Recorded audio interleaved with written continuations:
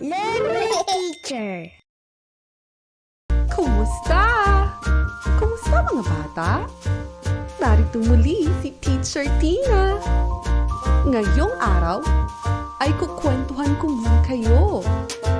Ang kwento natin ngayon ay tungkol sa isang bata na humahaba ang ilong kapag nagsisinungaling. Pinocchio.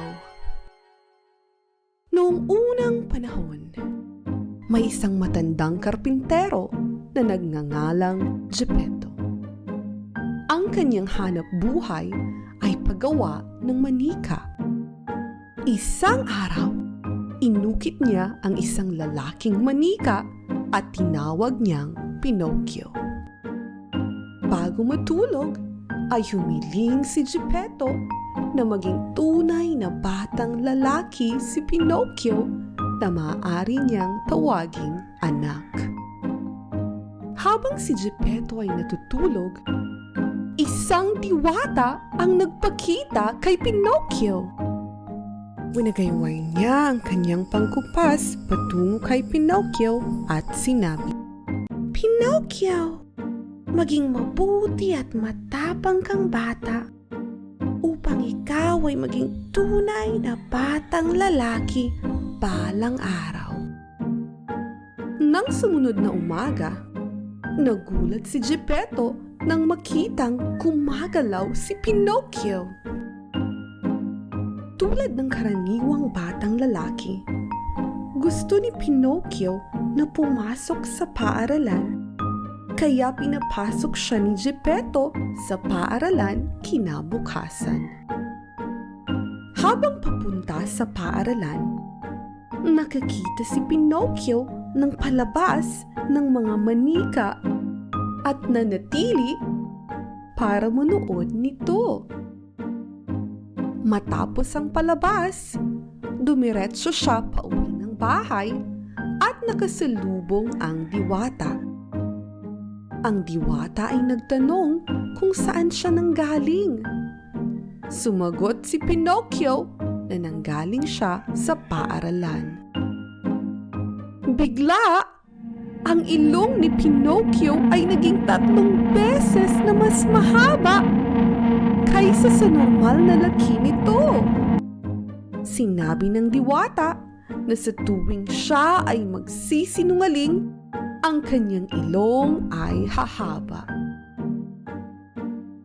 Nang sumunod na araw, tinanong ni Geppetto kung saan pupunta si Pinocchio.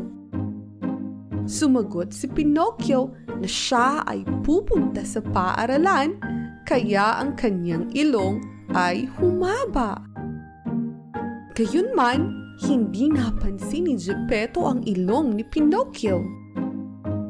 Hindi pumunta si Pinocchio sa paaralan, at sa halip ay pumunta siyang muli sa palabas ng mga manika.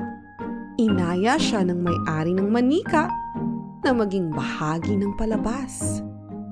Dinala si Pinocchio sa isang isla at ginawang alipin. Sumigaw ng malakas si Pinocchio at nagmakaawa na gusto niya nang umuwi.